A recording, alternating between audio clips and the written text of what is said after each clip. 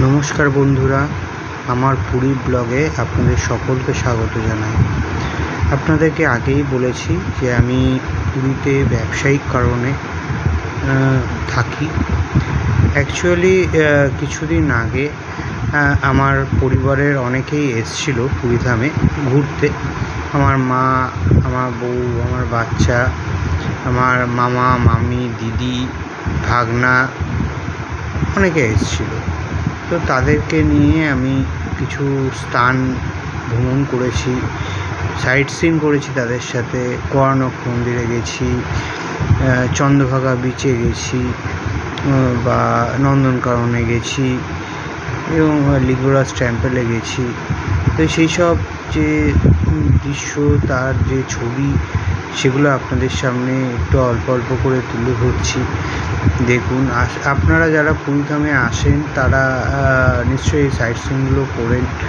তবুও আমি যেটুকুনি ছবি তুলতে পেরেছি বা পরিবারের সাথে থাকার সময় আনন্দ ফুর্তি করার টাইমে যেটুকুনি ছবি তুলে রেখেছি সেটুকুনি আপনাদের সামনে আমি তুলে ধরছি। আপনাদের যে লোকাল সাইট সিইংটা হয় আমাদের পুরীর থেকে, আমার হোটেল থেকে বিশেষ করে, সেটা তো জানেন যে প্রথমে চন্দ্রভাগা, তারপরে হয় হচ্ছে কোণার্ক টেম্পল, তারপরে উদয়গিরি, খণ্ডগিরি, ধবলগিরি, লিঙ্গরাজ টেম্পল করে সবার শেষে হচ্ছে আপনার নন্দনকানন। তবে নন্দনকানন একদিনে কভার করা সম্ভবপর হয় না। নন্দনকাননে প্রচুর দেখার জায়গা আছে এবং আপনার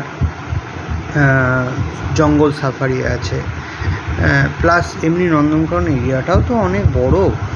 তো ঘুরে দেখার জন্য অনেকটাই সময় লাগে। তো আমি একদিনে কভার করার চেষ্টা করেছি, দৌড়ঝাঁপ করে আর কি। তবে সময়টা খুব ভালো কাটিয়েছি, কারণ আমি একা একা থাকি। তো পরিবারের কেউ আসলে, পুরীধামে আসলে আমিও তাদের সাথে একটু সময়টা কাটাতে পারি, আমারও খুব ভালো লাগে। এই ট্রিপটায় আমরা সত্যিই খুব মজা করেছি।